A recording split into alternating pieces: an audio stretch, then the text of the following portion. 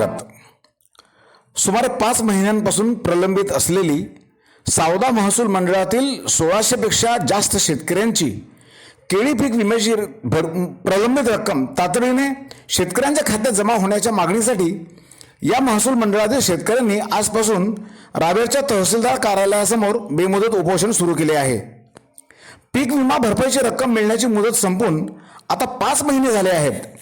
भरपाई केव्हा मिळेल या चिंतेने शेतकरी अधिकच चिंताक्रांत झाले आहेत।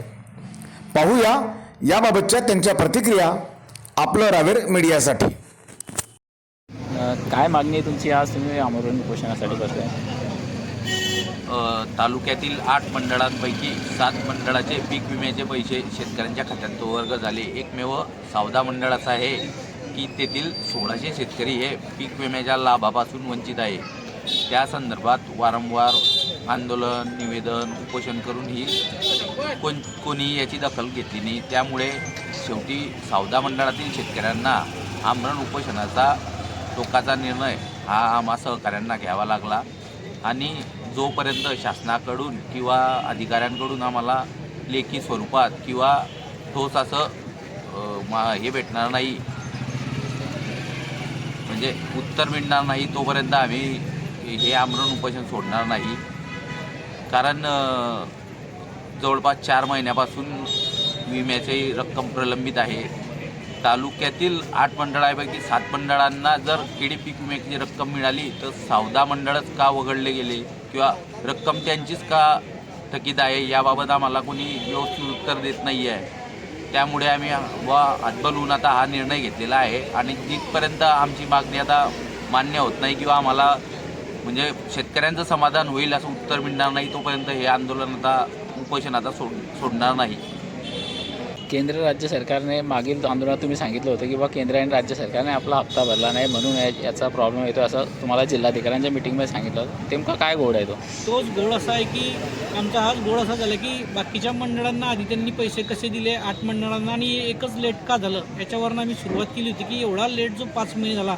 तुम्ही बघा, जर 31 ऑक्टोबर पीक विमा काढण्याची मुदत असते, आपण जर 1 तारखेला गेले आणि जर त्यांना म्हटलं की आम्हाला आमचा पीक विमा काढायचा आहे तर 1 तास जरी उशीर झाला किंवा 1 मिनिट जरी उशीर झाला तरी आमच्या विम्याची रक्कम स्वीकारली जात नाही। आणि आज 5 महिने होऊन परतावा मिळत नाही, त्याला 12% व्याज वास्तविक शेतकऱ्यांना असा नियम आहे की जर लेट झालं तर 12% त्यांनी व्याजासकट पैसा दिला पाहिजे, पण ते व्याजाचा जाऊ द्या पण शेतकऱ्यांना पैसाच मिळत नाही आहे। जिल्हाधिकारी यांनी आम्हाला जिल्हा प्रतिनिधी यांनी सांगितलं होतं की राज्य सरकारचा जो हप्ता आहे 22 कोटी आणि केंद्र शासनाचं जे 17 कोटी ही रक्कम त्यांनी न टाकल्यामुळे आम्ही तुम्हाला परतावा देऊ शकलो नाही आहे। आमच्याकडनं विमा कंपनीकडनं कुठलाच हे होत नाही आहे लेट, पण राज्य शासन आणि केंद्र शासनाने त्यांचा हप्ता वेळेवर न भरल्यामुळे आम्ही तुम्हाला पैसे वर्ग करू शकत नाही आहे। आणि आज त्यांचं असं म्हणणं आहे की आम्ही GR काढलेला आहे शासनाने, तर GR काढून नुसतं चालून GR जर निघाला पण पैसे जर तुमच्या वर्ग नाही झाले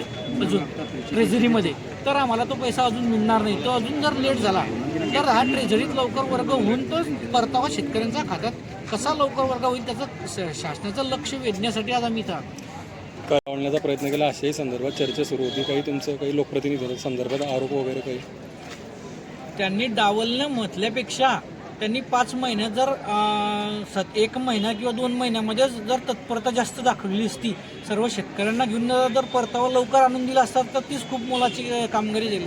आज 5 महिन्यापासून आम्ही स्वतः शेतकरी रस्त्यावरती आम्हाला यावं लागतं आहे, तर लोकप्रतिनिधींची याबद्दल उदासीनता आहे एक प्रकारे, कारण आपले 1650 शेतकरी वंचित राहत आहे यापासून। तर आपण शेतकऱ्यांसाठी आपलं सरकार सर्वातून खालून वरपर्यंत दिल्लीपर्यंतचं सरकार आहे, तर आपण शेतकऱ्यांची रक्कम त्वरित खात्यात कशी जमा होईल याकडे आपण लक्ष देऊन शेतकऱ्यांच्या खात्यात लवकर पैसे वर्ग करायला पाहिजे। आमचं जे मंडळ आहे एवढंच राहून गेलं आहे, ते बी पैसे मंजूर आहे, पोर्टलवर पैसे दिसत आहे आणि त्याला 5 ते 6 महिन्याचा आता पिरियड होऊन गेला, तरी याच्याकडे अजून कोणाचं लक्ष नाही आहे किंवा हे का पैसे मिळत नाही आहे।